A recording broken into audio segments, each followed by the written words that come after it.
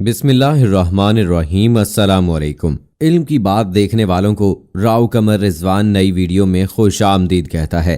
دوستو، آج کی ویڈیو میں ہم آپ کو ایک انتہائی عبرتناک واقعہ سنانے جا رہے ہیں کہ ایک انسان نافرمانی کی وجہ سے گدھا بن گیا۔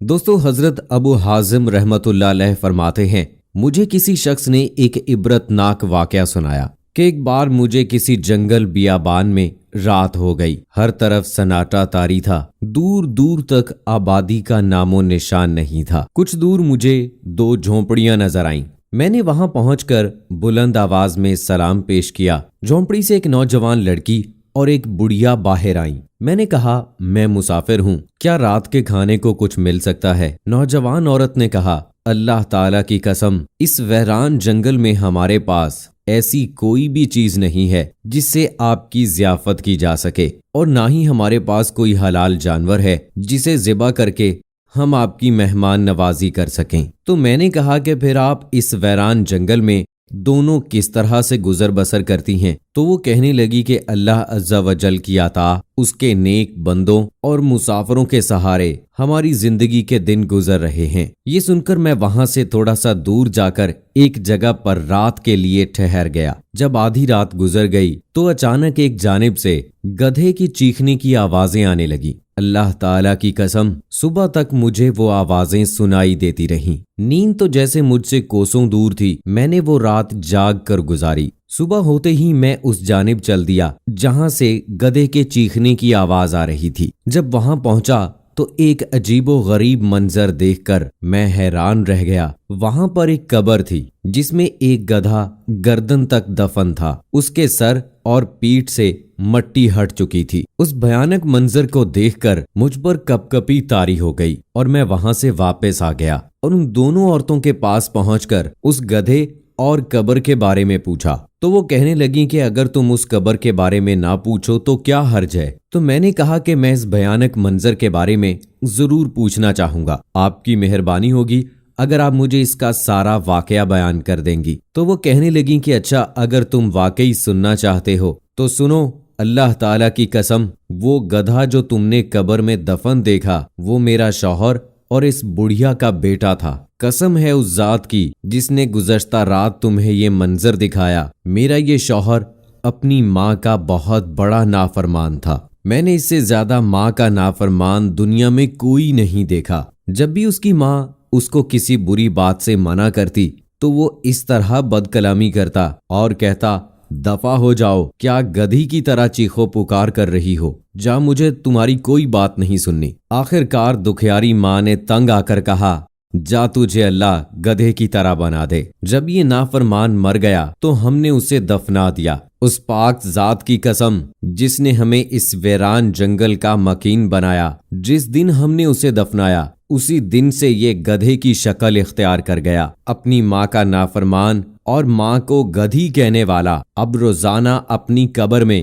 گدھے کی طرح چیختا ہے اور ہر رات اس کی قبر سے یہ آوازیں سنائی دیتی ہیں۔ اللہ تعالی ہمیں والدین کی عزت، قدر اور احترام کرنے کی توفیق عطا فرمائے۔ دوستو، اللہ تعالیٰ اور رسول اکرم صلی اللہ علیہ وآلہ وسلم کے حقوق کے بعد والدین کے حقوق ہیں۔ یہی وجہ ہے کہ انہیں اللہ نے اپنے حقوق کے ساتھ بیان کیا اور فرمایا، اور آپ کے رب نے فیصلہ کر دیا ہے کہ تم اس کے علاوہ کسی کی عبادت نہ کرو، والدین کے ساتھ اچھا برتاؤ کرو۔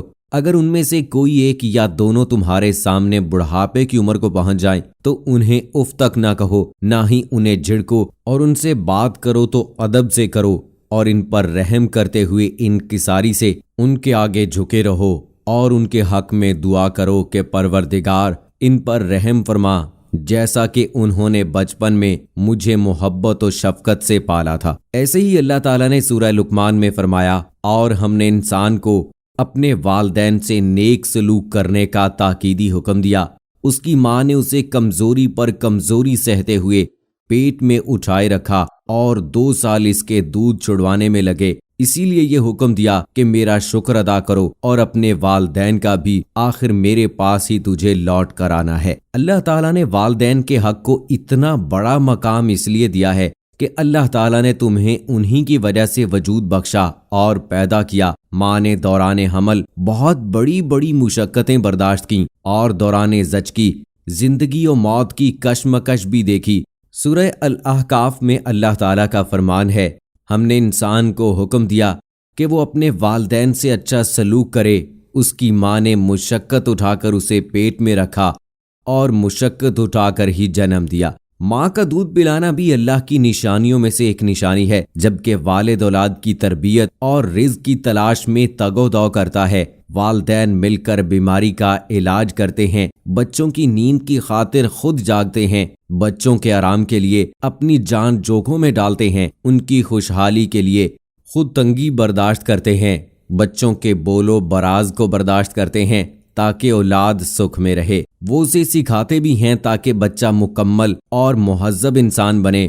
ان کی دلی خواہش ہوتی ہے کہ ان کی اولاد ان سے بھی آگے بڑھے۔ اس لیے دوستو، والدین کے بارے میں کثرت سے وصیت کے متعلق تعجب مت کرو، اور نہ ہی ان کی نافرمانی کی وجہ سے کثرت وعید پر حیرانگی کے کوئی معنی رکھتی ہے۔ اولاد جتنی مرضی جد و جہد کر لے، اپنے والد کے ساتھ نیکی کا حق ادا نہیں کر سکتی۔ صرف ایک صورت ہے جسے حضرت ابو ہریرہ رضی اللہ تعالی عنہ نے نبی اکرم صلی اللہ علیہ وآلہ وسلم سے بیان کیا ہے کہ آپ صلی اللہ علیہ وآلہ وسلم نے فرمایا، اولاد کسی صورت میں بھی اپنے والد کا حق ادا نہیں کر سکتی الا کہ والد کسی کا غلام ہو تو اسے خرید کر آزاد کر دے۔ والدین جنت کا دروازہ ہیں، چنانچہ والدین کے ساتھ حسن سلوک کرنے والا جنت میں داخل ہوگا۔ حضرت ابو ہریرہ رضی اللہ تعالیٰ عنہ بیان کرتے ہیں کہ نبی کریم صلی اللہ علیہ وآلہ وسلم نے فرمایا، اس کی ناک خاک آلود ہو، اس کی ناک خاک آلود ہو، اس کی ناک خاک آلود ہو۔ کہا گیا اللہ کے رسول کس کی؟ تو آپ صلی اللہ علیہ وآلہ وسلم نے فرمایا، جس شخص نے اپنے والدین کو یا کسی ایک کو بڑھاپے میں پایا اور جنت میں داخل نہ ہوا۔ بحوالہ مسلم شریف۔ تو اگر تمہارے والدین تم سے راضی ہیں تو اللہ بھی تم سے راضی ہے۔ چنانچہ عبداللہ بن عمر رضی اللہ تعالیٰ عنہ کہتے ہیں کہ نبی کریم صلی اللہ علیہ وآلہ وسلم نے فرمایا، اللہ کی رضا والد کی رضا مندی میں ہے اور اللہ کی ناراضگی والد کی ناراضگی میں ہے۔ والدین کے حسن سلوک یہ ہے کہ گناہ کے علاوہ ہر کام میں ان کی فرما برداری کریں، ان کی وصیت اور حکم کی تعمیل کریں، ان کے ساتھ نرم برتاؤ رکھیں، انہیں خوش رکھیں، ان پر خرچہ کرتے ہوئے فراخ دلی سے کام لیں، شفقت و رحمت کے ساتھ پیش آئیں، ان کے دکھ کو اپنا دکھ جانیں، ان کے ساتھ مانوس ہو کر رہیں، ان کے ساتھیوں اور دوستوں کے ساتھ اچھا سلوک کریں، ان کے رشتہ داروں کے ساتھ تعلقات بنائیں اور ان سے ہر قسم کی تکلیف کو دور رکھیں، جن چیزوں سے وہ روک دیں ان سے رک جائیں، ان کی لمبی زندگی کی چاہت رکھیں، ان کی زندگی میں اور ان کے چلے جانے کے بعد کثرت سے ان کے لیے استغفار کریں، جبکہ والدین کے ساتھ بدسلوکی کی گزشتہ تمام چیزوں سے کنارہ کشی کا نام لیں۔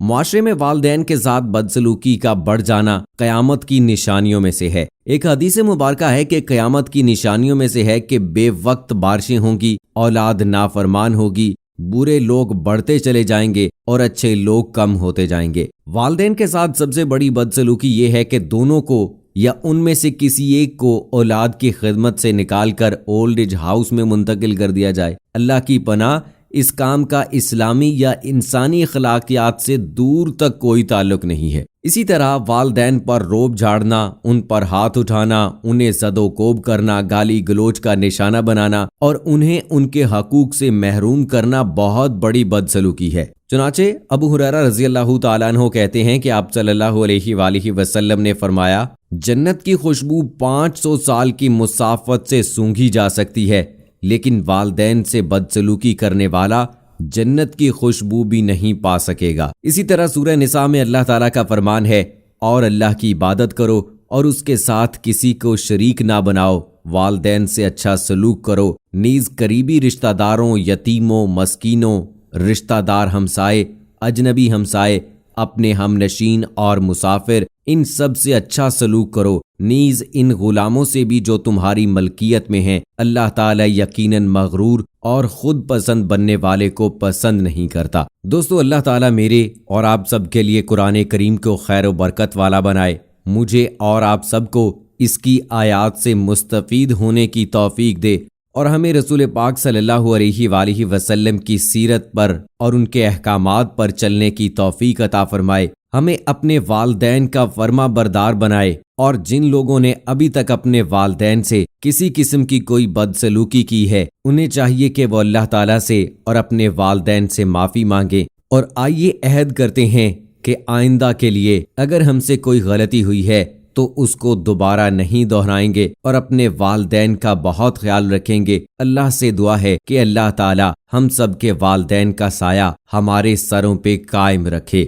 جن لوگوں کے والدین اس دنیا سے رخصت ہو گئے ہیں اللہ تعالیٰ انہیں غریق رحمت کرے، آمین ثم آمین۔ تو دوستو کمنٹ باکس میں آمین لکھ کر آپ بھی ہمارے والدین اور اپنے والدین کی ان دعائیہ کلمات میں شامل ہو جائیے، اور مجھے اگلی ویڈیو تک اجازت دیجیے۔ فی امان اللہ۔